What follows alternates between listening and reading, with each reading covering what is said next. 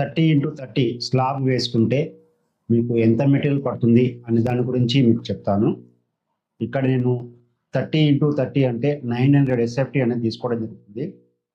ఈ 900 SFTకి ఎంత మెటీరియల్ పడుతుంది అనేది మీకు చెప్తాను.